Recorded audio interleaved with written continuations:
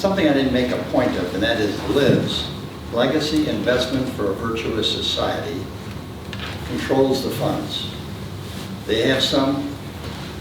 There are 2 community foundations that have similar amounts, and that's in perpetuity. It's in all of the bylaws of them, what they're supporting. And in the case of the Greenleaf Center, it includes scholarship. Greenleaf scholars, no matter what Greenleaf does with the rest of the operation, that will always be paid for. If Greenleaf doesn't balance their budget, they don't get any money. But they get the money for the scholarship. And that's in perpetuity. We don't normally think in terms of perpetuity. And it's locked in. I can't tell you how I can't quite believe what we have sitting in the room here. I take one person and I visualize them with students and research, super capable, committed people. I don't detect any arrogance, anybody trying to control anybody else.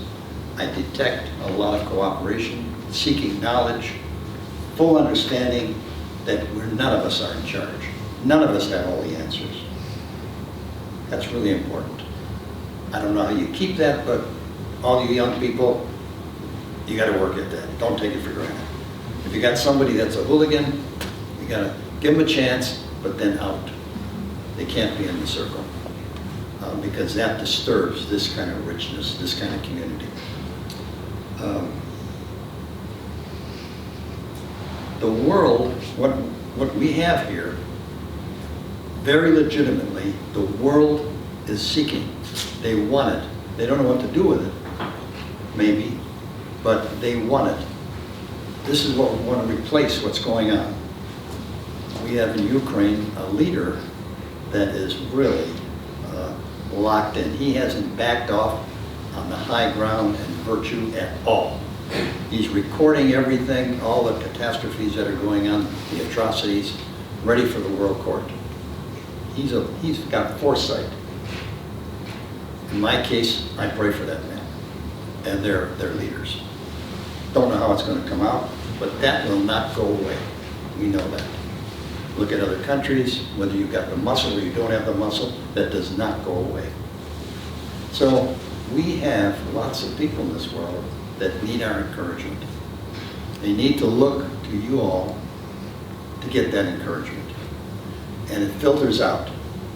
I had a lady come up to me in one of our citywide meetings and she said, "Mr. Pieper, you changed my life." I don't remember her at all. And a fellow come up and said, "You saved my marriage." I don't remember it at all. Then he came up and said another time, "You saved my marriage and now my daughter's getting married." And then he came up again and he said, "You saved my marriage and now I'm becoming a grandfather." And you can't know how rich it is.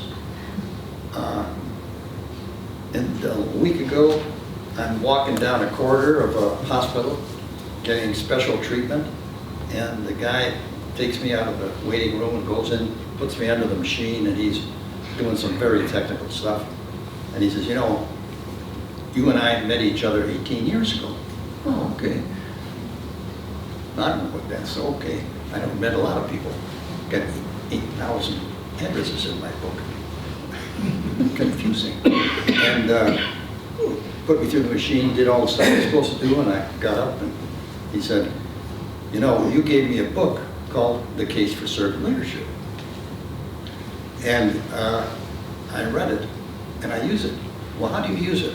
"Well, I do this. Boom, boom, boom, boom, boom." That's what I practice. I mean, I never heard anybody go through something like that. And by the way, I'm being promoted. I'm now in charge of all the techs in the whole hospital. So next Monday, I check around. Yeah, this guy is really very well thought of. They say we're lucky to still have him. So I talk to the leading doc, Dr. Hill, and I say, we talk a little bit about, he says, "Well, I love that stuff. We gotta have that stuff. We have to change this hospital system." He's a young guy, not short on intelligence and passion and heart. And so he's coming into servant leadership, and a guy named Josh, he's coming to the citywide meeting we're having next week. That is how it works. and it's all over the place. You don't know when it's happening. Make sure your heart is in the right place. Give yourself a few moments every day to reflect. All of us need that. We should be concerned about our young people in particular with what they've gone through with COVID. We have a granddaughter. Can't say anything about it. My wife would shoot me. But what's in that book is very, very instrumental. And I would pass it around. In the next week, I will have passed around 175 copies of that to people with like hearts, like us. The doctor's going to get the orange booklet this coming week if he's read the first one. How many people here have been affected by Chad, Bob, Jim, Derek, or Nathan? Raise your hands. Stand up. This is too much. Would you please stand up?